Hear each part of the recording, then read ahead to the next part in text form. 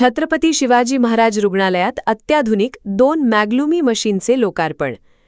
सार्वजनिक आरोग्य सेवा अधिक सक्षम करण्याच्या उद्देशाने डॉक्टर श्रीकांत शिंदे फाउंडेशन आणि गोपाळराव पाटील शिक्षण प्रसारक मंडळ यांच्या वतीने कळवा येथील छत्रपती शिवाजी महाराज रुग्णालयाला अत्याधुनिक अशा 2 मॅग्लुमी 800 व मॅग्लुमी 2000 CLIA विश्लेषक मशीन CSR उपक्रमाअंतर्गत प्रदान करण्यात आल्या असून त्याचे लोकार्पण ठाणे महानगरपालिका सभागृह नेते हणमंत जगदाळे यांच्या हस्ते झाले.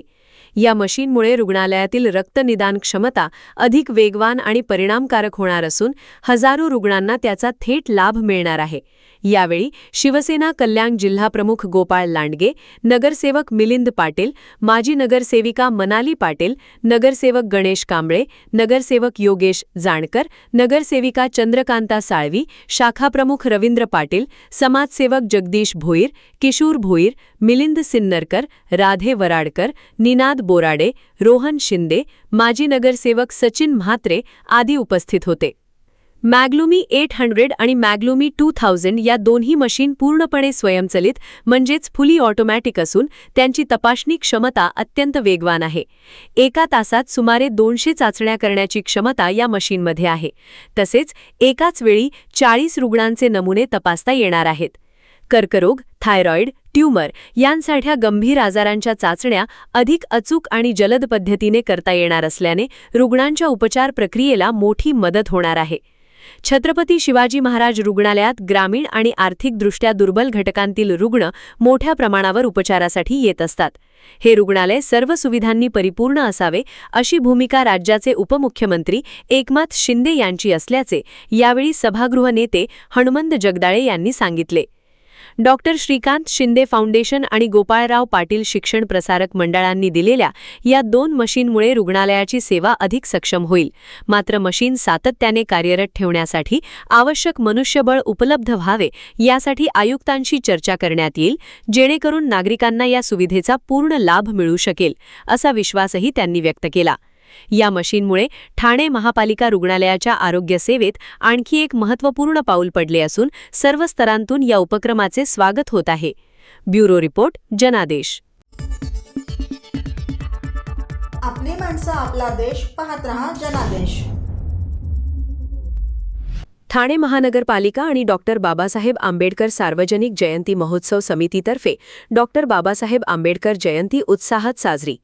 ठाणे महानगरपालिका आणि भारतरत्न डॉक्टर बाबासाहेब आंबेडकर सार्वजनिक जयंती महोत्सव समिती 2026 ठाणे शहर यांच्या संयुक्त विद्यमाने भारतरत्न डॉक्टर बाबासाहेब आंबेडकर जयंतीनिमित्त ठाणे शहरात सर्वधर्मीय मिरवणूक काढण्यात आली होती. तसेच राम गणेश गडकरी रंगायतन येथे सांस्कृतिक कार्यक्रमाचे आयोजन करण्यात आले होते. प्रचंड गर्दीने भरलेले सभागृह हीच डॉक्टर बाबासाहेबांची ताकद आहे आणि हीच ताकद आपल्याला मजबूत करून बाबासाहेबांचे स्वप्न पूर्ण करायचे आहे, असे उद्गार केंद्रीय सामाजिक न्याय राज्यमंत्री रामदास आठवले यांनी काढले. या कार्यक्रमास खासदार नरेश म्हस्के, अतिरिक्त आयुक्त 1 संदीप माळवी, सभागृह नेते हणमंत जगदाळे, उपायुक्त दीपक झिंजाड, डॉक्टर बाबासाहेब आंबेडकर सार्वजनिक जयंती महोत्सव समितीचे अध्यक्ष नानासाहेब इंदिसे, कार्याध्यक्ष बुद्धभूषण गोटे, भास्कर वाघमारे, उपाध्यक्ष राजाभाऊ चव्हाण, रामभाऊ तायडे, पंढरीनाथ गायकवाड, सरचिटणीस संजय भालेराव, DF सावंत, संदीप खांबे, खजिनदार महेंद्र अनभोरे, प्रसिद्धी प्रमुख राहुल लोंधे आदी उपस्थित होते. यावेळी खासदार नरेश म्हस्के यांनी देखील उपस्थितांना शुभेच्छा देत आपले मनोगत व्यक्त केले. ठाणे स्टेशन परिसरातून राम गणेश गडकरी रंगायतनपर्यंत छत्रपती शिवाजी महाराज प्रथमार्गे काढण्यात आलेल्या मिरवणुकीत नागरिकांनी मोठ्या संख्येने सहभाग घेतला. विविध सामाजिक संस्था, युवक मंडळे तसेच आंबेडकरी अनुयायांनी घोषणाबाजी आणि ढोल ताशांच्या गजरात उत्साहपूर्ण सहभाग नोंदविला. यावेळी अंशित कांबळे या 4 वर्षीय मुलाने भीमगर्जने आणि शिवगर्जना सादर करून उपस्थितांची मने जिंकली. राम गणेश गडकरी रंगायतन येथे आयोजित करण्यात आलेल्या सांस्कृतिक कार्यक्रमात गायक आनंद शिंदे आणि सहकारांनी महामानव डॉक्टर बाबासाहेब आंबेडकर यांच्या जीवनकार्यावर आधारित प्रबोधनात्मक गीतांचे सादरीकरण केले. या गीतांना उपस्थितांनी स्फूर्त प्रतिसाद दिला. ब्युरो रिपोर्ट, जनादेश. आपली माणसं, आपला देश, पाहत रहा जनादेश. ठाणे महानगरपालिकेचे मालमत्ता कर म्हणजेच प्रॉपर्टी टॅक्स भरण्याचे आवाहन. सन 2022-23 या आर्थिक वर्षाचे मालमत्ता कराचे म्हणजेच प्रॉपर्टी टॅक्सचे बिल ठाणेकर करदात्यांना महापालिकेमार्फत आर्थिक वर्षाच्या सुरुवातीस म्हणजेच माहे एप्रिल 2022 मध्ये देण्यात आलेले आहे. तथापि अद्यापही काही करदात्यांनी मालमत्ता कर महापालिकेकडे जमा केलेला नाही. सध्या आर्थिक वर्षाचा अंतिम टप्पा सुरू झाला आहे. मालमत्ता कर वसुलीसाठी महापालिकेतर्फे कडक कारवाई हाती घेण्यात आली आहे. या अंतर्गत जंगम मालमत्ता, टीव्ही, फ्रीज, वाहन व इतर जप्त करणे तसेच स्थावर मालमत्ता वॉरंट बजावून जप्त करण्यात येत असून मालमत्तेचा जाहीर विक्रीद्वारे लिलाव करून कराची रक्कम वसूल करण्यात येत आहे. मालमत्तेस पाणी पुरवठा करण्यात येणारे नळ संयोजन खंडित करण्यात येत आहेत. त्याचप्रमाणे थकीत मालमत्ता करावर 2% व्याज आकारले जात असल्याने भरावयाची रक्कम वाढत आहे. आपला मालमत्ता कर propertytax.thanecity.gov.in या लिंकद्वारे तसंच गुगल पे, फोन पे, पेटीएम याद्वारे ऑनलाईन पद्धतीने करण्याची सुविधा उपलब्ध करून दिली आहे. शनिवार, रविवार व सार्वजनिक सुट्टीच्या दिवशी नागरिकांना मालमत्ता कर भरणे सोयीचे व्हावे याकरता महापालिकेचे मालमत्ता कर संलग्न कार्यालय या दिवशी कार्यान्वित ठेवण्यात आलेले आहे. तरी मालमत्ता कर वसुलीची अप्रिय कारवाई टाळण्याच्या दृष्टिकोनातून मालमत्ता कर भरून महापालिकेस सहकार्य करावे. धन्यवाद. आपली माणसं, आपला देश. पाहत रहा जनादेश. नीट पेपरफुटी प्रकरणी मुंबई युवक काँग्रेसची मुंबई मेट्रोमध्ये प्रवाशांशी संवाद साधत जनजागृती मोहीम.